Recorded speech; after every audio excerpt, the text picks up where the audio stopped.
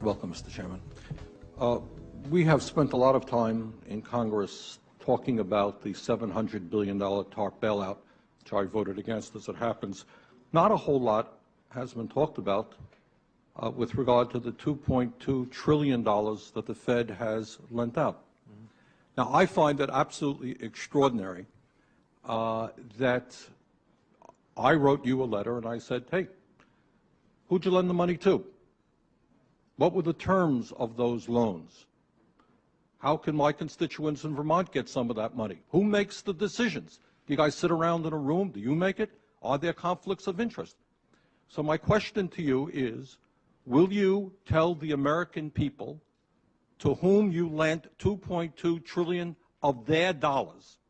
Will you tell us who got that money and what the terms are of those agreements? We explain each of our programs. In terms of the terms, we explain the terms exactly. We explain what the collateral requirements are. We explain what to whom did you explain that?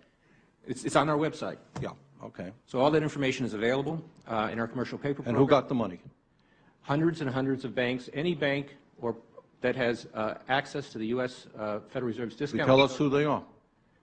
No, because the reason that is counterproductive and will destroy the value of the program is that banks will not come to the discount. Isn't that too bad? Sorry? In other words, isn't that too bad? They took the money, but they don't want to be public about the fact that they received it. We heard a whole lot about AIG. They're in the front pages. These are very now, I got banks and I have businesses in the state of Vermont who are in a lot of trouble. Not banks. Our banks, by the way, are doing pretty well. Now, how do these guys who are honest business people get it? Do you have to be a large, greedy, reckless financial institution to apply for these monies? There is no subsidy. There is no capital involved. There is no gift involved. It is a collateralized, short-term liquid loan that is both over-collateralized and is recourse to the company itself. We have never lost a penny doing it. And how can other institutions get those loans as well? According to the law, we are supposed to be lending to depository institutions.